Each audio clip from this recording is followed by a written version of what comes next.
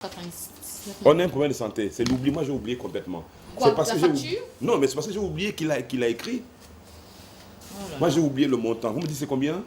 699 000. Moi, Non, attendez. 645 francs 760. 600... Non, Sandra, non, soyons sérieux. 600 combien? 699 000. Oui. 645 francs et 759. Non, justement, c'était 685 000. 685 000. Tu as oublié? 805. J'ai oublié. Oui. Mon Dieu. Peut-être 699 000. J'ai déjà noté ça. Ça devait être... Bill, c'était combien? 685 000, je pense, non? C'est combien, Sandra? Le docteur Larry nous dira. Mesdames, messieurs, on a oublié. Docteur Larry, pourquoi Jason oublie? Bonjour. Bonjour Sandra. Docteur, on a oublié. Commandant Jason, bonjour. Bonjour à tous ceux qui nous regardent, à toute l'équipe en studio. Bonjour à vous. Bonjour, Doc. Donc, figurez-vous, on avait un chiffre. Là, on a un chiffre. On vous dira même pas d'où ça vient, mais j'ai noté, moi, 685. Elle me dit c'est 699. Je comprends pas. Mais j'avais noté ça quelque part, j'ai oublié, en fait. Les calculs même, on a perdu la ligne des calculs. J'ai perdu complètement tout. Apparemment, Chantal est en train de rappeler. Docteur, c'est quoi l'oubli, s'il vous plaît? Voilà, c'est vrai, l'oubli, nous parlons de l'oubli ce matin. Ah, heureusement. Faut pas que j'oublie. Nous parlons de l'oubli ce matin. C'est vrai qu'on devrait se poser une question de prime abord. Pardonner. Je l'ai suivi ce matin. Est-ce que pardonner voudrait dire oublier? C'est la question qu'on devrait se poser. Ce qui est clair est que ça n'a pas la même signification. Ben voilà, ça c'est clair. Alors, est-ce que forcément, il faut oublier pour pardonner? Ça aussi, on se poserait beaucoup de questions. Alors, l'oubli, il y a des choses qu'on n'arrive pas à oublier ou qu'on oublie facilement. Il y a des choses qu'on oublie facilement. Oui. Il y a des choses qu'on pardonne, on n'oublie pas. Voilà. Parfois, on retient la leçon. Hier, Voilà. je regardais une émission où un homme dit que sa femme l'a trompé avec le voisin. Elle a contracté une grossesse.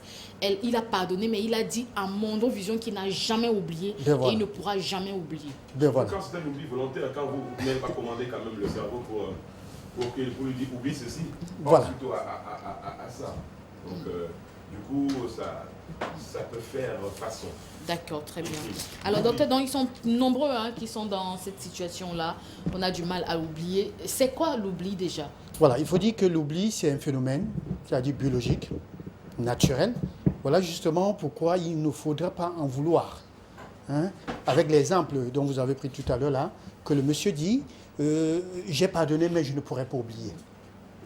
On a comme l'impression que c'est lui qui commande son cerveau. Et le commandant l'a si bien dit tout à l'heure, ce n'est pas lui qui commande son cerveau. Alors c'est un phénomène tout simplement biologique et c'est naturel. Et d'une manière continue, pour ne pas dire jusqu'à la mort. Et tout le monde est concerné. Enfants, adultes, personnes âgées. Pour ne pas confondre avec la mémoire ou encore perte de mémoire. Parce que mémoire, c'est un processus biologique de stockage des informations et qui restitue également. Maintenant, perte de mémoire est fidèle. Pourtant, l'oubli n'est pas fidèle. Autrement dit, pardonner, ne pas oublier est une assertion peut-être inerte, une assertion peut-être vide. Bien évidemment. Parce que dire par exemple que j'ai pardonné, ou alors on a pardonné, on n'oublie pas. Comme disait Sandra tout à l'heure, pardonner, on ne peut pas dire qu'on pardonne et on n'oublie pas. Voilà pourquoi je voudrais justement, dans l'oubli, qui est l'action d'oublier, nous avons des avantages. Il y a un côté positif. Nous avons également des inconvénients Oui. à cela. Voilà pourquoi on dit que cela est naturel. Vous comprenez un peu? Alors, certains philosophes, la définition que je viens de donner, c'est des psychologues.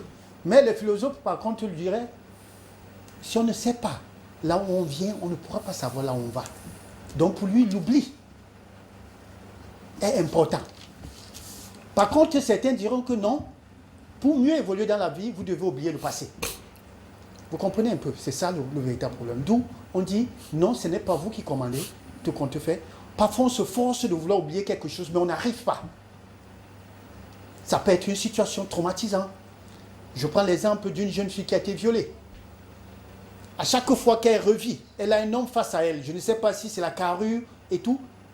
Du coup, c'est un rappel.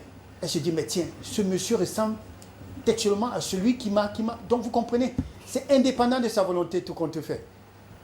Donc voilà ce qu'il faut comprendre ce matin. Mon commandant, j'aimerais savoir, docteur Larry, alors face à une déception amoureuse, oui. Si on a été, je ne sais pas, utilisé comme les femmes aiment souvent dire, bien qu'on n'utilise pas un être humain, manipulé, si la relation a été brusquement explorée, oui. Est-ce que oublier là n'est pas un avantage par rapport, par exemple, à une femme qui a perdu son mari sans le vouloir? On commande plus ses émotions à quel niveau? Il faut dire déjà qu'avec le premier cas, oublier c'est un avantage. D'accord. Oublier c'est un avantage. Sandra Peña, vous n'oublierez jamais que vous avez perdu votre maman. Excusez-moi. Si c'est pas le cas. J'ai perdu mon papa en 2014. Voilà, donc ma maman va voilà disons je m'excuse. Voilà. Papa, vous n'oublierez jamais, ça vous le savez. Vous n'oublierez jamais. Et là, c'est indépendant de votre volonté. Quoi qu'on le fasse, quand vous savez que le commandant a son papa à lui, à côté de lui. Mais qui est parti aussi en 2014. Donc, voilà, j'ai voulu prendre un exemple. J'ai voulu prendre un exemple pour dire que le vôtre n'est pas décédé. Et du coup, à chaque fois qu'elle verrait votre papa, comment voudriez-vous qu'elle oublie? Mais docteur, vous voyez que nos papas sont décédés finalement la même année. Oui, exact. Quelle drôle de coïncidence. Quelle drôle de coïncidence il y a. Voilà. Justement, docteur, excusez-moi. Excusez-moi, quel mois? Novembre. C'est pas possible. Novembre, décembre, je pense, hein, oui. Tout à fait. Même période. Même période. Ah, c'est vrai? Ça, c'est fort. Là encore, c'est une coïncidence qui est moins coïncidence. Docteur, pourquoi est-ce que le cerveau a tendance, elle parlait de relations sentimentales, etc., même quand ça se termine de manière pas du tout évidente, mais le cerveau a souvent tendance à vouloir garder les bons souvenirs. C'est normal ça?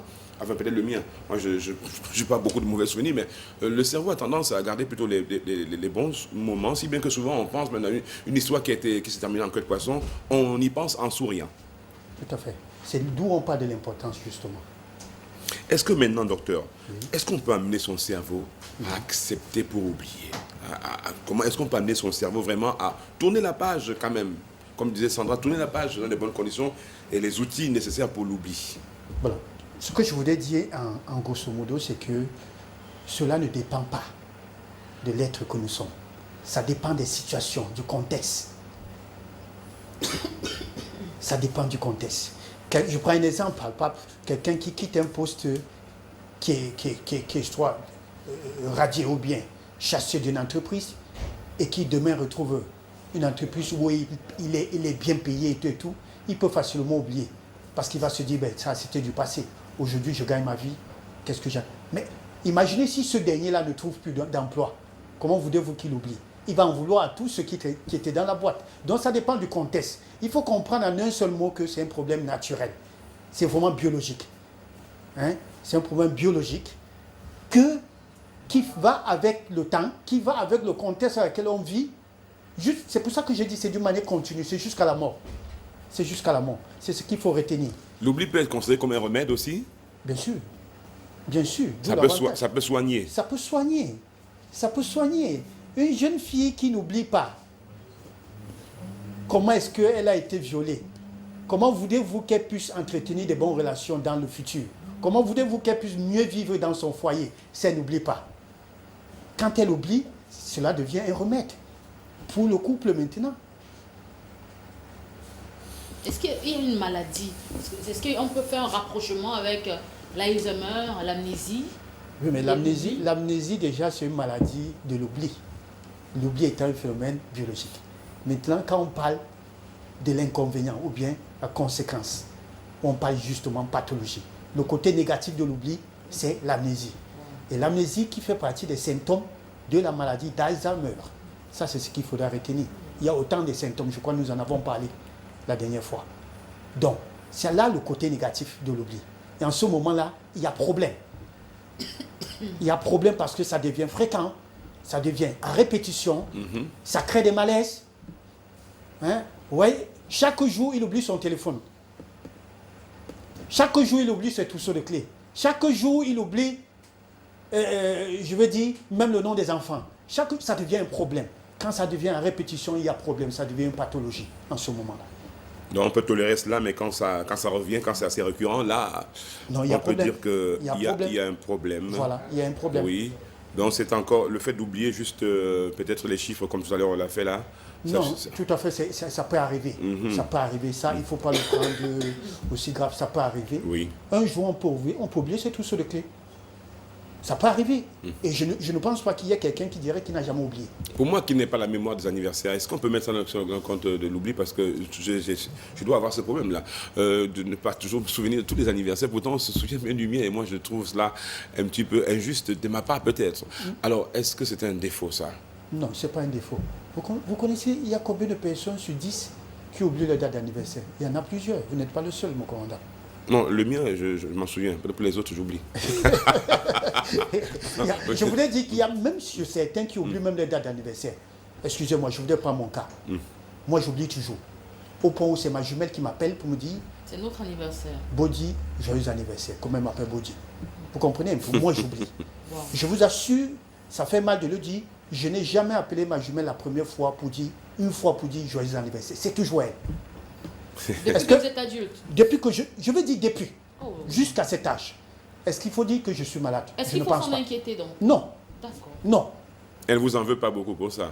C'est vrai que parfois elle dit, mais tiens, qu'est-ce qu'il veut dire? Qu'est-ce que ça veut dire? Tu penses que c'est toujours moi et tout? Parfois elle fait même exprès d'appeler le matin. Elle attend jusqu'à la soirée pour voir si je veux le faire.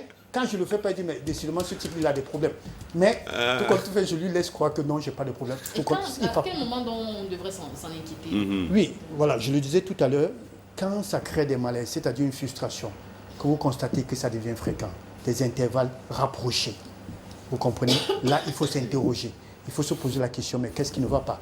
Et c'est vrai que, comme j'ai dit tout à l'heure, ça peut justement être des signes d'une pathologie, notamment l'Alzheimer. L'Alzheimer, si nous avons déjà un âge avancé, je le disais hier, je crois avant-hier, que l'Alzheimer, normalement, c'est à partir de 65 ans. Mais il faut dire la forme précoce. À partir de 40 ans, 45 ans, il y a des jeunes aujourd'hui qui peuvent justement être sujets de la maladie d'Alzheimer. Et j'ai parlé des facteurs de risque, où on parlait des maladies cardio, tout compte fait, je veux puis revenir là-dessus. Mais il faut dire, en ce moment-là, il faut s'interroger, il faut consulter. Et qui il faudrait rencontrer? Un psychologue, un neurologue. Ça, c'est important de le savoir.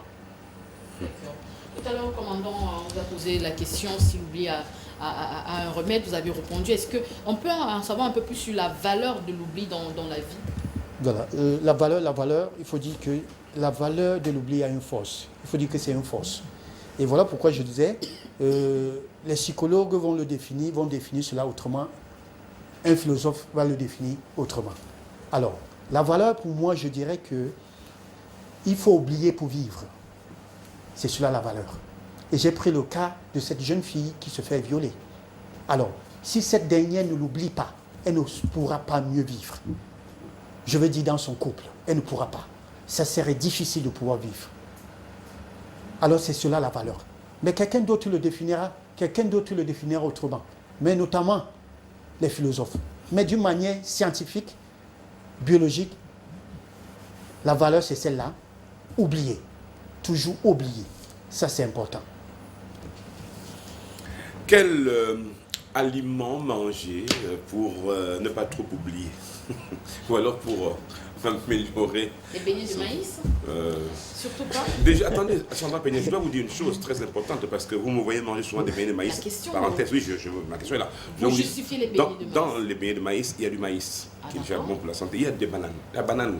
Oui, qui est également très Et la bon. banane pour le cerveau. Pour le cerveau, ça c'est bien. Donc n'essayez pas de me rendre bête. Ah bon? Et comme dans de l'huile quoi? Dans de l'huile qui a passé 6 mois? Pas du tout. Ça a été changé Nos beignets. dans de l'huile rouge. Montez-moi un beignet banane là.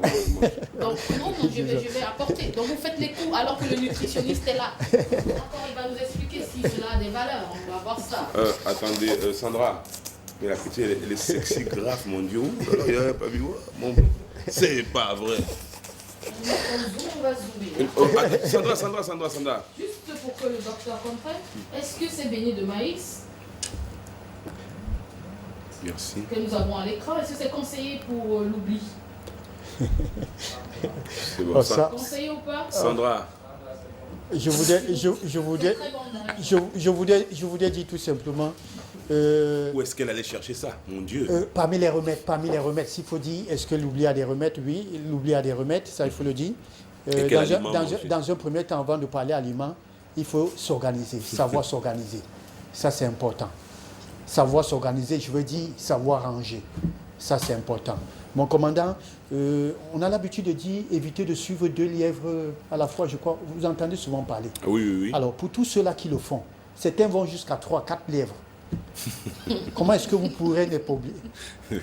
Alors, ça, c'est un problème. C'est le lièvre qui le fait oublier. Voilà. Donc, la multiplication des lièvres. alors, faites très attention. Maintenant, sur l'aspect nutritionnel, ça, c'est important de le dire. Quand on parle de l'oubli, on fait allusion à la mémoire. Et quand on parle mémoire, on fait allusion au cerveau, les neurones. Vous comprenez que c'est une chaîne. Ça, c'est important. Parce qu'on se poserait la question, mais comment est-ce qu'on peut parler d'aliments et oubli? Oui, il y a un lien. Sachez qu'il y a un lien. Et tout à l'heure, on vient de me présenter les beignets. Mon commandant, je ne voudrais pas être désolé avec ce que vous avez dit tout à l'heure, mais je voulais dire tout simplement que vous nous avez parlé là des compositions, des valeurs, en parlant du maïs, en parlant de la banane.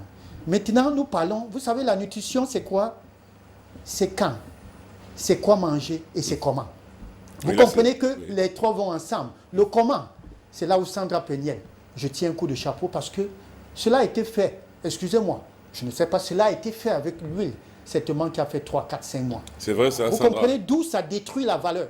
La valeur de ce que vous venez de dire tout à l'heure, c'est la banane, c'est riche en potassium, c'est riche, vous comprenez. Parce que la nutrition, c'est ça, ces 3 règles-là.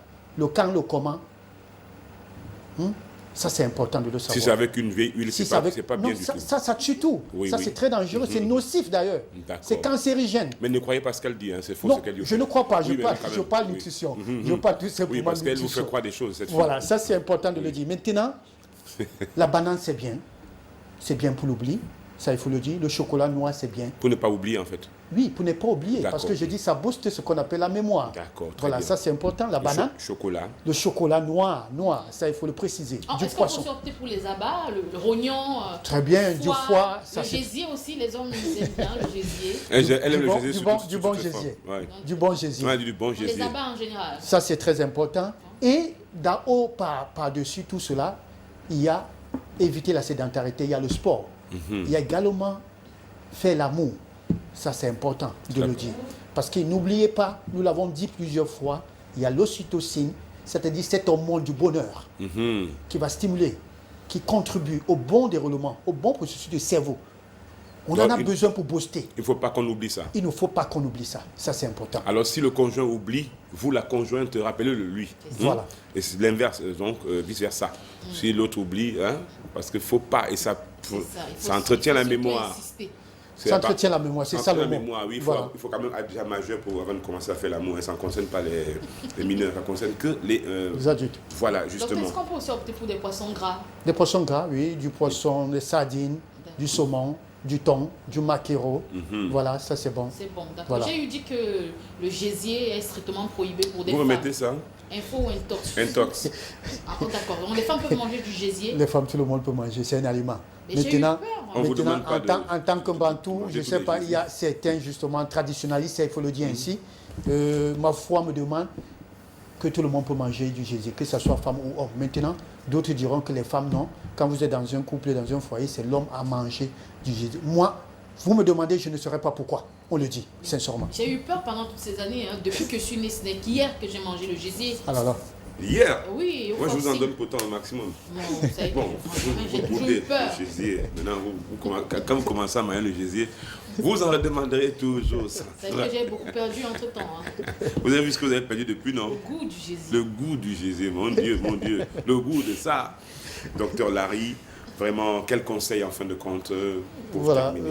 Le conseil que je peux donner ce matin, c'est que ne pas oublier vous paralyse.